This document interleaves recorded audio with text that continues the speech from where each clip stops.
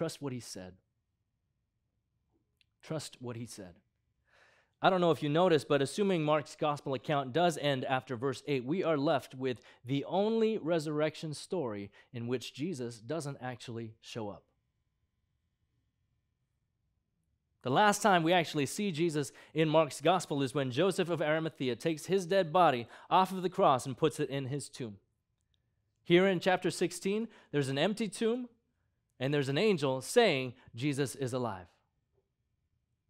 There are times when life can seem like a lot of people saying Jesus is alive, but you've yet to see him. You've yet to experience him. You've yet to touch his wounds. I get that. Like I said, that's something we long for. We want to know for sure. There's a phrase in this resurrection account we've seen before in Mark's gospel. It's in verse 7. After the angel has told the women to pass along the message that Jesus will meet everyone in Galilee, he says, "You will see him there just as he told you." Just as he told you.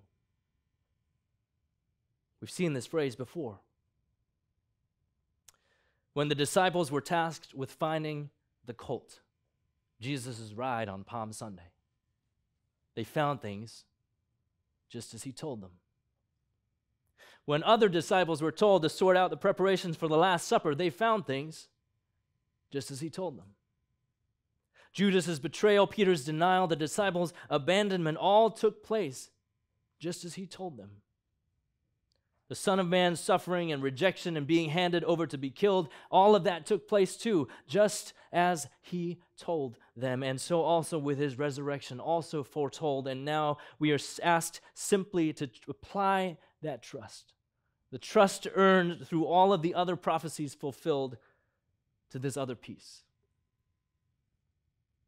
After all, the angel is simply confirming what Jesus already said in Mark 14:28. After I am raised up, I will go before you to Galilee. He said that, just as he told you. One of the lines in the vows that Carolyn and I made to each other when we got married years ago is this: loving what I know of you and trusting what I do not yet know. Loving what I know of you and trusting what I do not yet know. Much of life is lived between what Jesus said and getting to see it. Between the promise and the fulfillment. Between the death and the resurrection. Heck, between the rumors of resurrection and the incontrovertible confirmation. Between the suffering of now and the promise of freedom, of liberation, between the injustices and violences and evils we experience and their final end. That is resurrection life. It is lived by faith.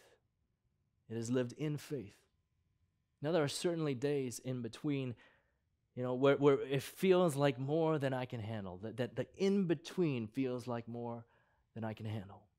And in those days, I cling to what I know, or to what I think I know about God, what God said.